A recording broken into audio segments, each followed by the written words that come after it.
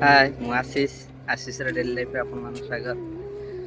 ଯେହେତୁ ଆଜି ସଣ୍ଡେ, ତ ସଣ୍ଡେର ଆଶିଷର କିଛି କଥା, ତ ସେଥିପାଇଁ ମୁଁ ଆଗରୁ ବି ଜଣେଇଥିଲି ପ୍ରତ୍ୟେକ ସଣ୍ଡେରେ କିଛି ନା କିଛି କଥା କହିବି, ଯେଉଁଟାକି ମୋ ଲାଇଫରେ ବିତି ଯାଇଥିବା ଯେଉଁ ସବୁ ସମୟଟା, ଯେହେତୁ ମୁଁ ସେ ସମୟଟା କ'ଣ କହିବି, ଖରାପ ସମୟ ଯେତେବେଳେ ଚାଲିଥିଲା, ତ ସେ ସମୟର ବହୁତ ସାଙ୍ଗସାଥି, ଦାଦା ଖୁଡ଼ି, ବହୁତ ଜଣ ଅଛନ୍ତି, ସାନ ଭାଇ ସାନ ଭଉଣୀ ବହୁତ ଜଣ, ଯେଉଁଟାକି ମୁଁ ତାଙ୍କ ସାଙ୍ଗରେ ଏବେ ବି କଥା ହେଇପାରୁନି। ଆଉ ତ ସେଥିପାଇଁ ସମସ୍ତଙ୍କୁ ତ ମୁଁ କହିବି, ସମସ୍ତଙ୍କ ବିଷୟରେ ଯେହେତୁ ମୁଁ କଥା ହେଇପାରୁନି, ତାଙ୍କୁ ବି ମନେ ରଖୁଛି, ମନେ ପକାଉଛି। ଏତେ ସାରା ପ୍ରୋବ୍ଲେମ୍ ପରେ ମୁଁ ତାଙ୍କ ସାମ୍ନାସାମ୍ନି ହେଇପାରୁନି, ମୋ ନିଜକୁ ଖରାପ ଲାଗୁଛି। ଯେହେତୁ ଆଜିକା ଡେଟ୍ର କ'ଣ କହିବି, ବହୁତ ତ କରିସାରିଛି, ତ ସେଥିପାଇଁ ମୋତେ ଠିକ୍ ଲାଗୁନି। ତ ସେଥିପାଇଁ ମୁଁ ଭାବିଲି ସାମ୍ନାସାମ୍ନିର ତ କଥା ହେଇପାରୁନି, ମୋ ନିଜ ଭୁଲଟାକୁ ମୁଁ ତାଙ୍କ ପାଖରେ ସ୍ୱୀକାର କରିବା ପାଇଁ ସୋସିଆଲ ମିଡ଼ିଆ ହିଁ ମୋ ପାଇଁ ବେଷ୍ଟ। ତ ସେଥିପାଇଁ ଯେବେ ମୁଁ ଦୁବାଇ ଆସିନି, ଆଉ ଭାବିଥିଲି ଦୁବାଇ ଯେବେ ବି ଆସିନି ସେବେ ହିଁ ଷ୍ଟାର୍ଟ କରି ମୋ ଭିଡ଼ିଓ, ତ ମୁଁ ମୋ ମନର କଥା ମୁଁ ସମସ୍ତଙ୍କୁ ଜଣେଇବି।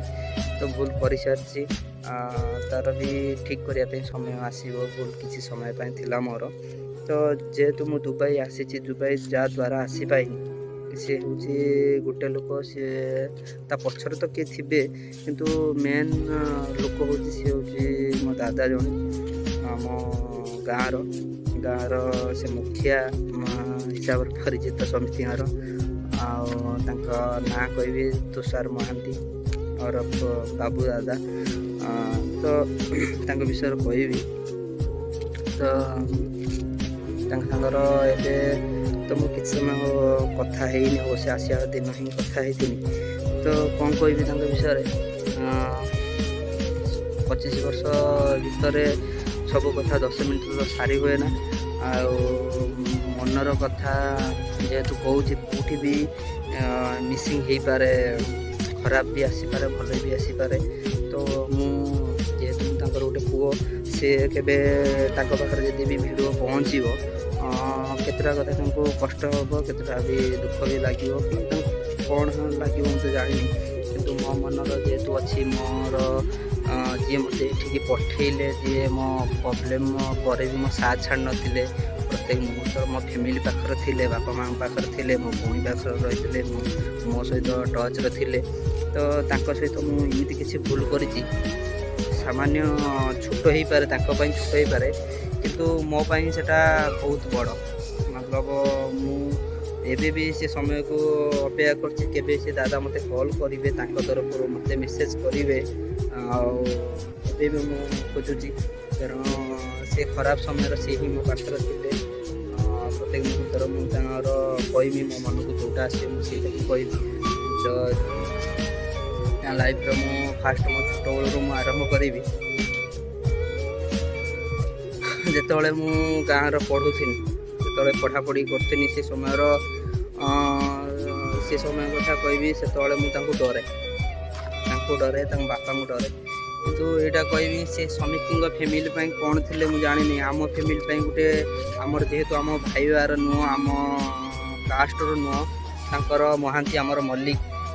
କିନ୍ତୁ ସିଏ ଆମ ଫ୍ୟାମିଲି ବହୁତ ଭଲ ପାଆନ୍ତି, ବାପାଙ୍କୁ ବୋଉକୁ ବହୁତ ଭଲ ପାଆନ୍ତି, ଆମ ଭାଇ ଭଉଣୀକି ବି ବହୁତ ଭଲ ପାଆନ୍ତି।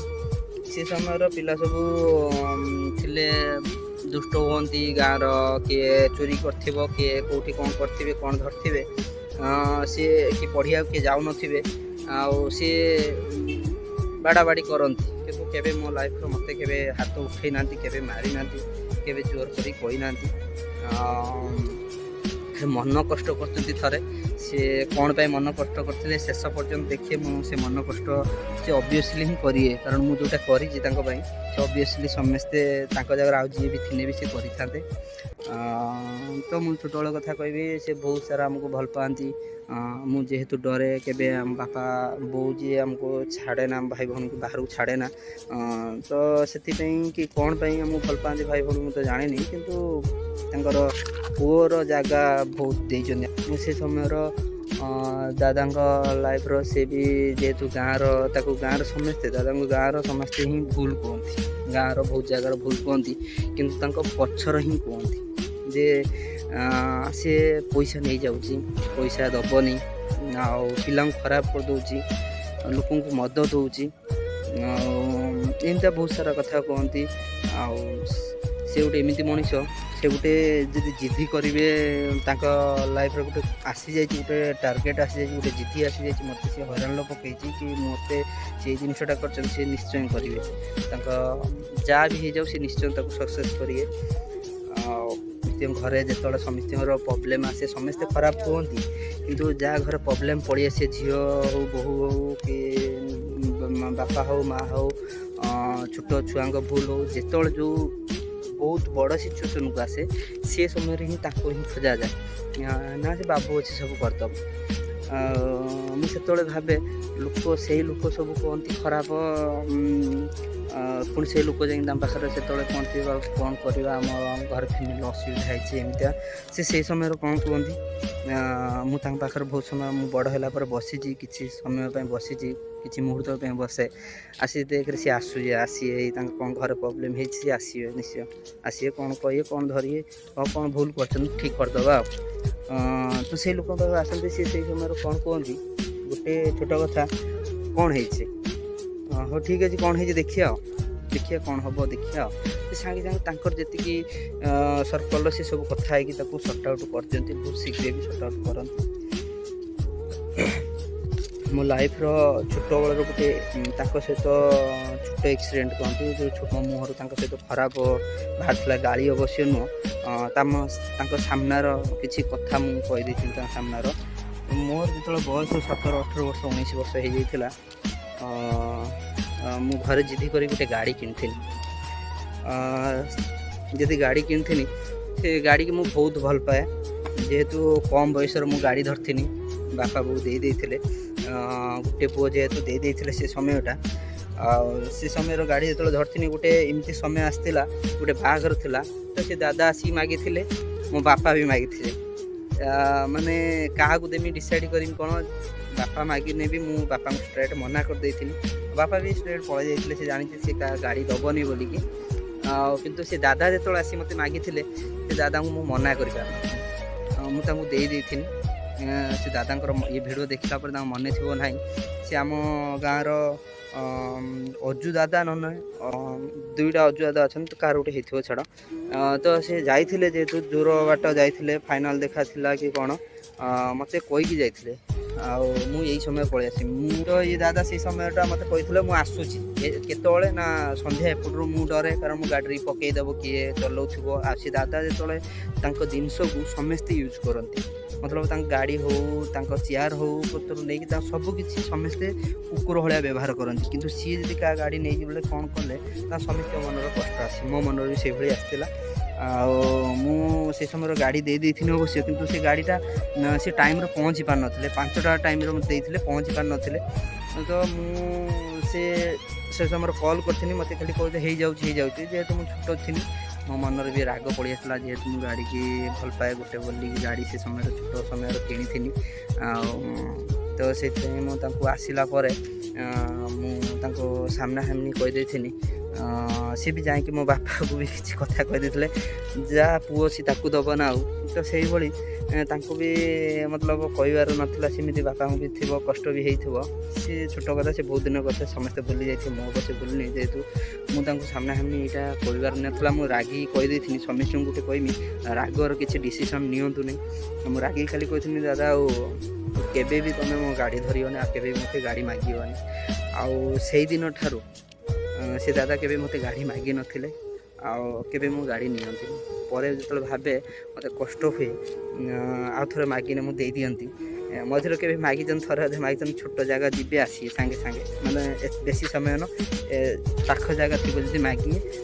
ଆଉ ଯେବେ ତାଙ୍କୁ କେଉଁ ଇନଭାଇଟ୍ ହେଉ, କେଉଁ କ୍ଷେତ୍ରରେ ହେଉ, ତାଙ୍କୁ ଡକା ଯାଇଥିବ, ସେ ଯେବେ ବି ମୋତେ ଦେଖିଦିଅନ୍ତି, ମୋତେ ପଚାରନ୍ତି ଯିବୁ କି ଚାଲୁ, ସବୁବେଳେ ପଚାରନ୍ତି, ବହୁତ ସମ୍ମାନ ଥାଏ।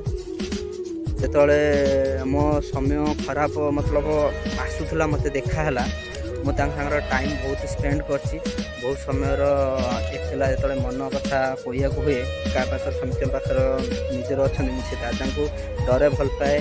ଆଉ ଫିର୍ ବି ଯାଇକି ତାଙ୍କୁ ବସେ ମୁଁ ମାନେ କହିଥିମି ଫୋନ୍ କରି ପଦେ ଖାଲି କହିମି ଆଉ ଦାଦା ଆଉ ମୁଁ କିଛି କଥା ହେଇଥାନ୍ତି ଖାଲି। ଆଉ ସେ ମୋତେ ହଉ ହଉ ଠିକ୍ ଅଛି ମୁଁ ଅଫିସ୍ ଯାଉଛି ଆସେ, ଆମେ ଯାଇ ବସିକି କଥା ହଉ।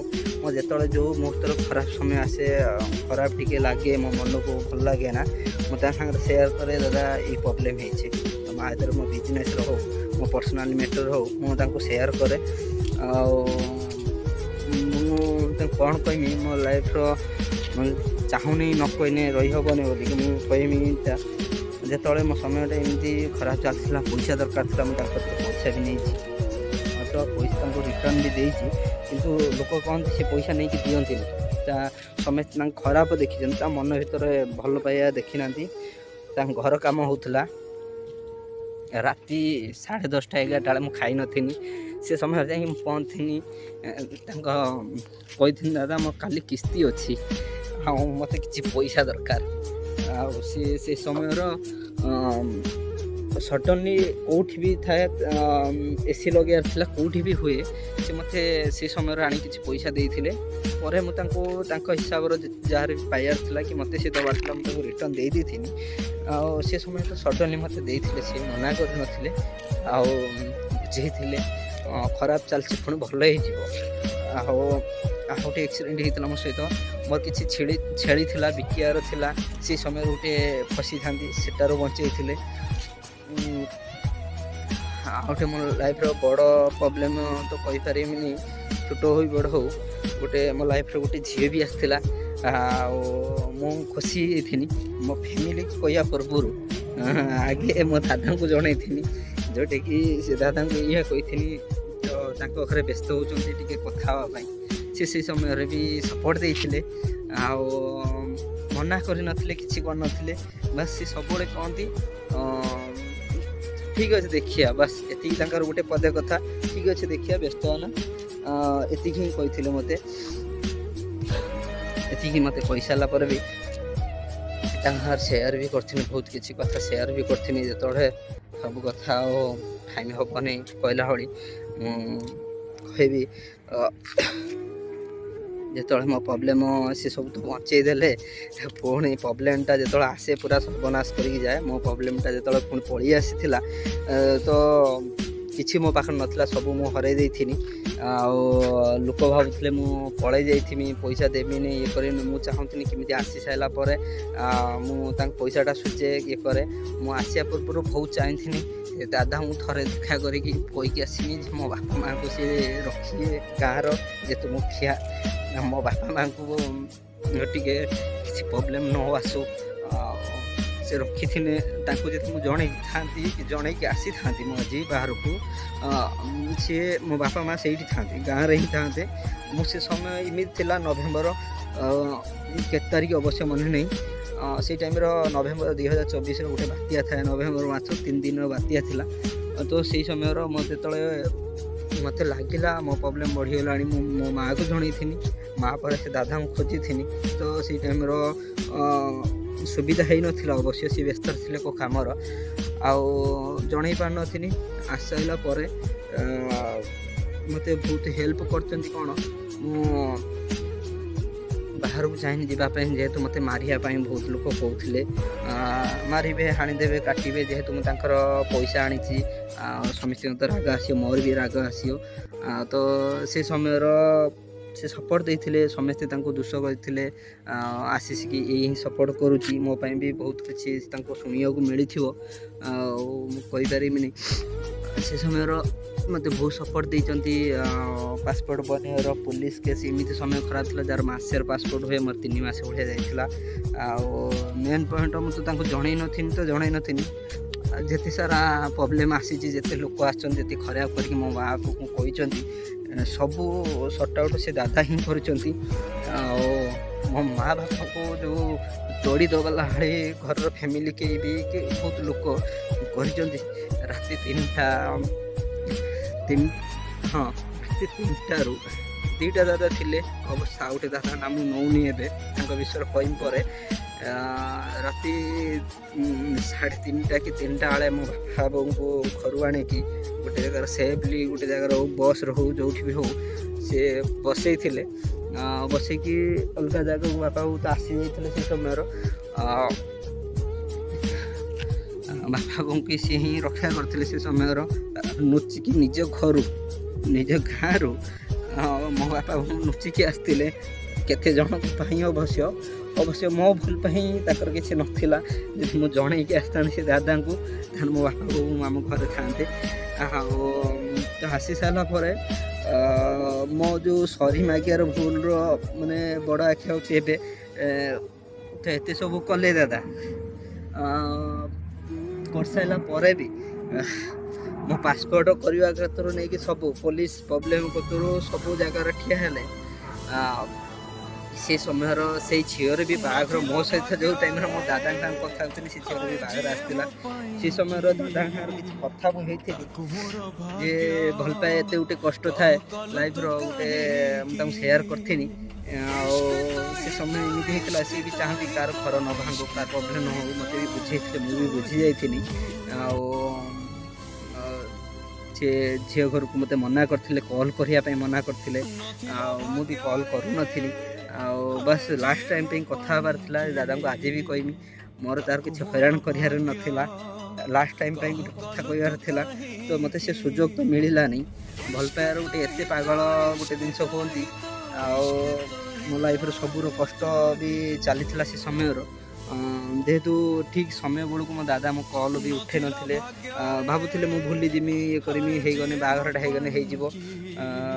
ତ ସେହି ସମୟଟା ମୋତେ କଷ୍ଟ ଅଧିକା ଦେଇଥିଲା। ଆଉ ମୁଁ ତାଙ୍କ କଥା ନ ମାନିକି ଆଉ ସେ ଝିଅ ଫ୍ୟାମିଲି ଘରକୁ ମୁଁ କଲ୍ କରିଦେଇଥିଲି।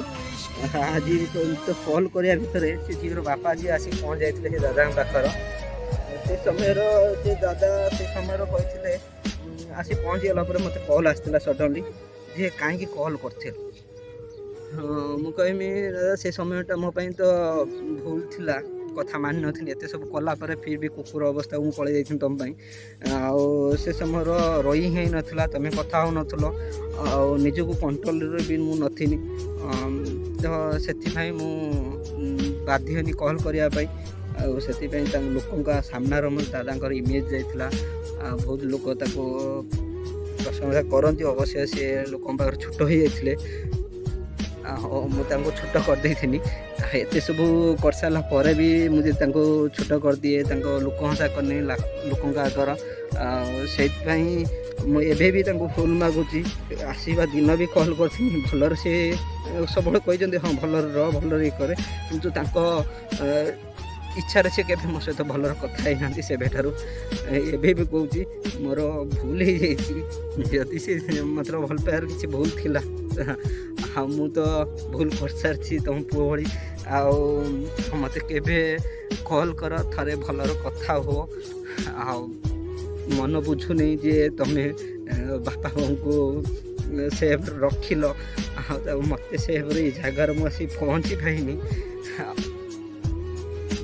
ଯେପର୍ଯ୍ୟନ୍ତ ତମେ ଭଲ ମନର ଏବେ ଥରେ ମୋ ସାଙ୍ଗରେ କଥା ନ ହେଇଛ ମୋ ସବୁଦିନ ଇଚ୍ଛା ରହିଥିବ ଯେ ମୁଁ କାହା ଦ୍ୱାରା ସମସ୍ତଙ୍କୁ ସବୁ କରି ଲାଷ୍ଟକୁ ଯିଏ ଏତେ ସବୁ ହେଲ୍ପ କଲା ତାକୁ ବି ପ୍ରୋବ୍ଲେମ୍ରେ ପକେଇକି ଆସିନି।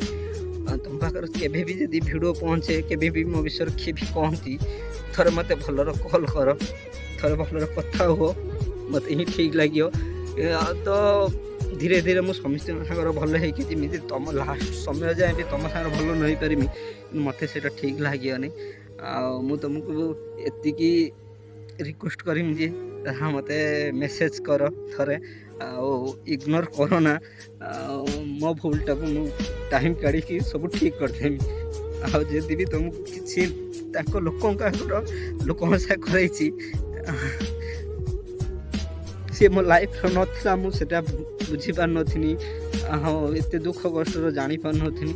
ସେ ସମୟଟା ଏତେ ମୋ ପାଇଁ କଷ୍ଟ ଥିଲା ଯେ ତୁମକୁ ବି ସେୟାର କରିପାରିବି। ଆଉ ତୁମ ଲାଇଫ୍ର ସେମିତି କିଛି ହେଇଥିବ ଯେ ତୁମେ ଜାଣିପାରିବ। କିନ୍ତୁ ଏତିକି ଖୁସି ଯେ ତୁମ ଭରସା ନଥିଲା ମୁଁ ତ କିଛି ପ୍ରୋବ୍ଲେମ୍ ତୁମେ ଯାଇଛ ମୁଁ ପରେ ଶୁଣିଛି ବାହାଘର କରିଛ ବାହାଘରର ସାମିଲ ଅଛ ସବୁ କରୁଛ। ପରେ ମୁଁ ଜାଣିକି ପରେ ଭିଡ଼ିଓ ଦେଖି ବହୁତ ଖୁସି ଲାଗିଗଲା। ଆଉ ମୁଁ ବାସ୍ ସେତିକି କହିମି ଯଦି ବି ମୋର କିଛି ଭୁଲ ହେଇଯାଇଛି ଏବେ ବି ଥରେ କଲ୍ କର, ଥରେ କଥା ହେଇଯାଅ ତ ଲାଗିବ ମୁଁ ହଁ ମୋ ଦାଦା ମୁଁ ବୁଝିଯାଇଛି ମୋ ଭୁଲଟାକୁ ବୁଝିପାରିଲେ କି ମୋ ଭୁଲଟାକୁ କ୍ଷମା କରିଦେଇଛନ୍ତି। ତମେ ଯଦି କଲ୍ ନ କରିବ ଆଉ ମୋତେ ଠିକ୍ ଲାଗିବନି। ସବୁଦିନ ପାଇଁ ତମ ପାଖରେ ଦୋଷୀ ହେଇକି ରହିଥିବି ମୁଁ ଯିବା ପର୍ଯ୍ୟନ୍ତ ବି। ଯେବେ ଯେଉଁ 2035 ଆଉ 36 ଯେବେ ବି ଫେରିମି ସେ ପର୍ଯ୍ୟନ୍ତ ମୁଁ ଭୁଲ ହେଇକି ରହିଥିବି। ମୋତେ ପ୍ଲିଜ୍ ଯେବେ ବି ହଉ ଗୋଟେ ମେସେଜ୍ କର ଆଉ କଲ୍ ବି କର।